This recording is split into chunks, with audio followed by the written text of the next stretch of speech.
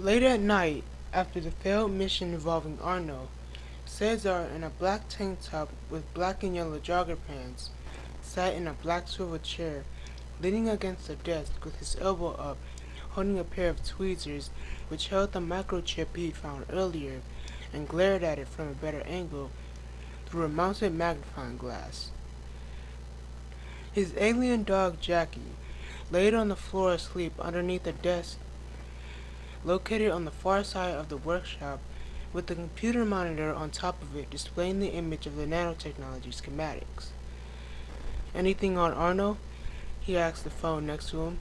"Not yet," Kate's voice said, emitting loudly from the device's speakers. "He's slippery, but we'll find him. Good news is none of the robots got away." Cesar sighed with a nod, focusing on the nanotechnology in his hand. "Alright, keep me posted." "Will do." The two hung up, with Cesar returning to his work. If there was anything he didn't like, it was losing. Cesar felt that, with all the power he possessed, losing should be impossible. So whenever he did find himself in a situation such as this one, he drowned himself in work. "This thing's organic, but not only that, but I think it might be alive somehow," Cesar said, glaring down and observing the object. "Bazel, bring up Guillermo's file on this thing, please." After that was said, the artificial intelligence of the laboratory brought up a file on a flat screen mounted on the wall just above a half-assembled green motorcycle. The nanotechnology is in fact a living being. Guillermo describes them as an insectoid-like creatures as organic machinery controlled by a host or queen, the AI explained. Cesar nodded in understanding. "So, we find the host, we find who's responsible." He stood up, turning the bezel on his watch a few times before selecting a form he saw fit for this task and transforming. Cesar was now a large round robot-like alien, with a key appendage on his head. Black metallic skin with dark stripes covered him. A transparent piece of a red circular glass on his chest, revealing the gears inside of his body, and he had a grill plate for a mouth. "Time-lapse should do the trick," he stated. Lifting up his hands, Time-lapse turned the key on his head before letting go as it rapidly spun around with a mahogany-colored glow. A lifelike holographic display filled the workshop. The images displayed around the area were the exact same events from the gala being played out. "There," the alien said, pointing where he and Lara were conversing, before walking over to the moment with a tick of his gears. "Yeah, you're the guy who can turn into 10 or 23 monsters," Time-lapse heard Lara say. "More like 116, 17, 23. But hey, good guess. You were close." Cesar responded with a thumbs up. "Before the microchips attacked," Time-lapse said before fast-forwarding the holographic image. "The world's problems aren't my problems. It doesn't matter how powerful I am. I can't be everywhere at once," Time-lapse said, watching his past self argue with Lila. "Of course you can.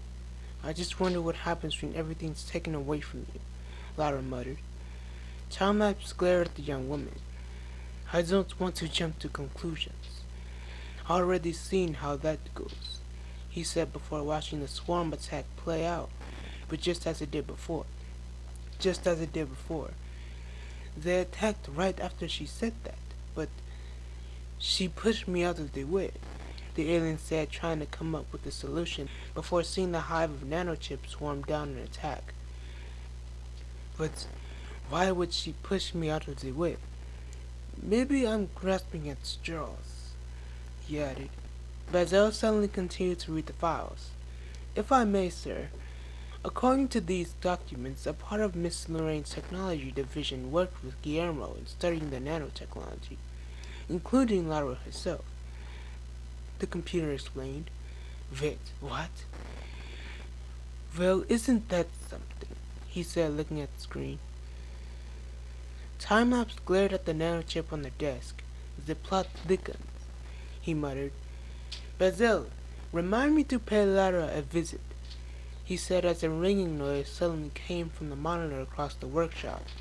Sir, you have a Mr. Jensen from America on the line, Basil said as Cesar shifted back into his human form, with the holographic images disappearing. Cesar sighed, knowing who it was. What's that, like the 5th time this week? He said, not wanting to be bothered. 6, Basil replied. Put him through, the hero said, closing the file on the monitor next to him before approaching the dismantled motorcycle next to a table with a toolbox on the top, while a holographic screen popped up in the middle of the shop. Cesar Cabello, a man with dark hair and pale white skin, greeted him.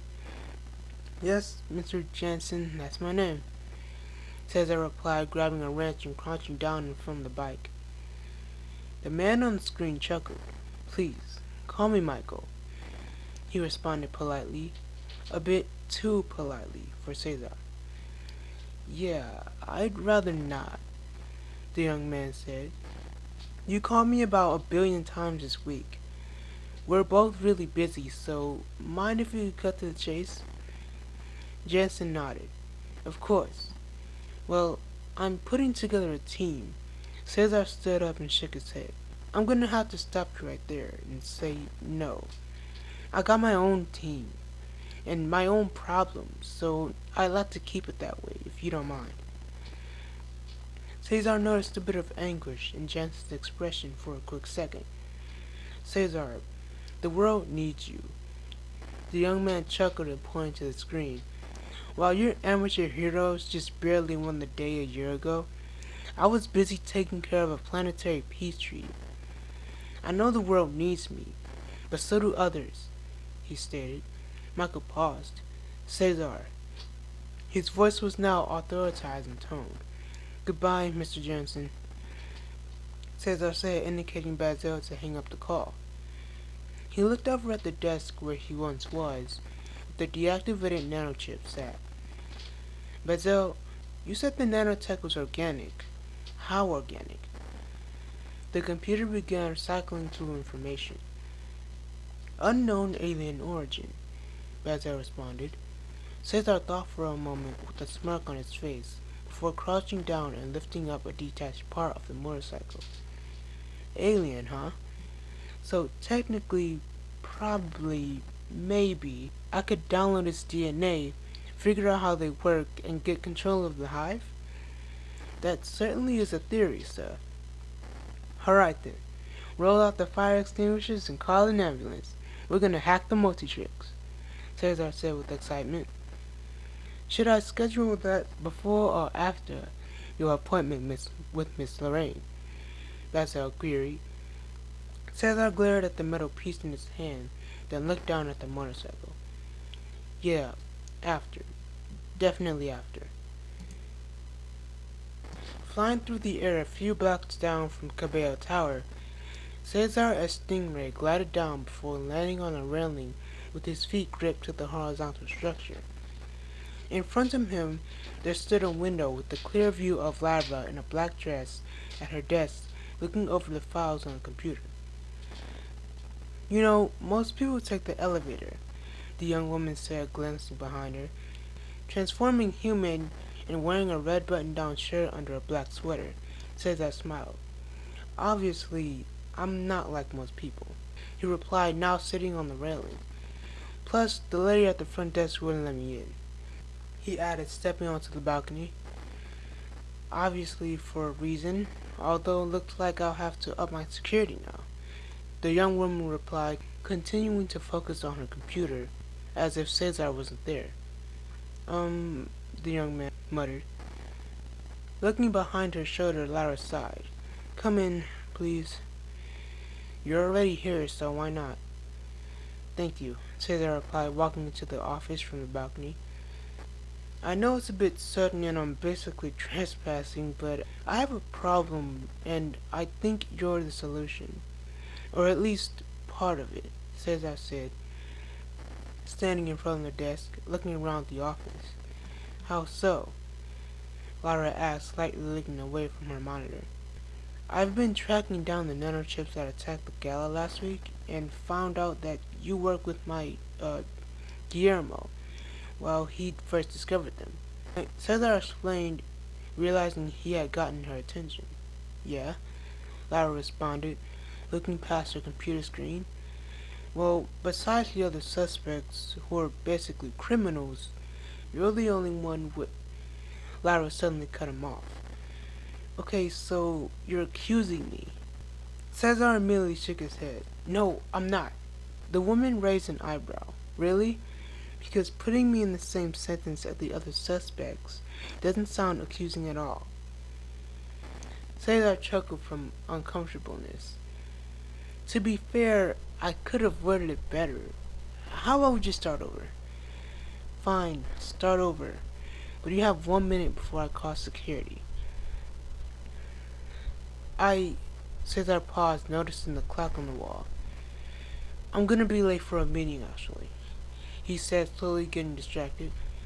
How about we start over lunch? He added. Lara deadpanned. I don't date superheroes, she replied. No. It's not a date. It's a business arrangement, Cesar said, heading towards the balcony with a fast-paced walk. Meet me Friday at, I don't know, 7? I'll be across the street from that old smoothie place downtown, he added before turning to Stingray and soaring off. You do realize how unprofessional and vague that plan is? That's less than informative, Lara shouted in return as he left off the balcony. The alien sighed, realizing she was right. Yeah, I know, he shouted back. Rushing down the halls in Cabello Tower, Cesar stopped at the meeting hall before skidding to a stop on the carpet outside the two doors. He looked at a horizontal and rectangular mirror mounted on the wall before running his hand through his hair, making sure it looked good. He cleared his throat, then reached for the door handle, only to see the door open from someone inside. Walking out of the room were men and women in business suits. Upon spotting Cesar, they just scolded the young man and turned away, continuing out of the building. The meeting was already over. After all the attendants were gone, Cesar entered the room, seeing Raven powering down the projector on the ceiling with a remote in his hand. It's over? I missed it? Cesar questioned in disbelief. It would appear so, Raven replied, placing the remote on a long table that stretched to both ends of the room. I could have sworn I got the time right, Cesar muttered to himself. Listen, Cesar, I know your heart isn't in all the fancy business stuff, but you have to show some initiative, or we both lose the company, Raven stated. I am taking initiative. I'm tracking down the guy who stole our tech. Wrong. C10 is taking initiative. Cesar is ignoring his responsibilities, Raven said, approaching the young man. You're the head of a company and you need to start acting like it, he added, walking past him. Cesar glared at his mentor. I'll try, but I've been a hero for so long that Raven cut him off. Hero or CEO? You can't choose both. Who do you want to be? That's the question, Raven said before exiting the room, leaving Cesar alone with his thoughts.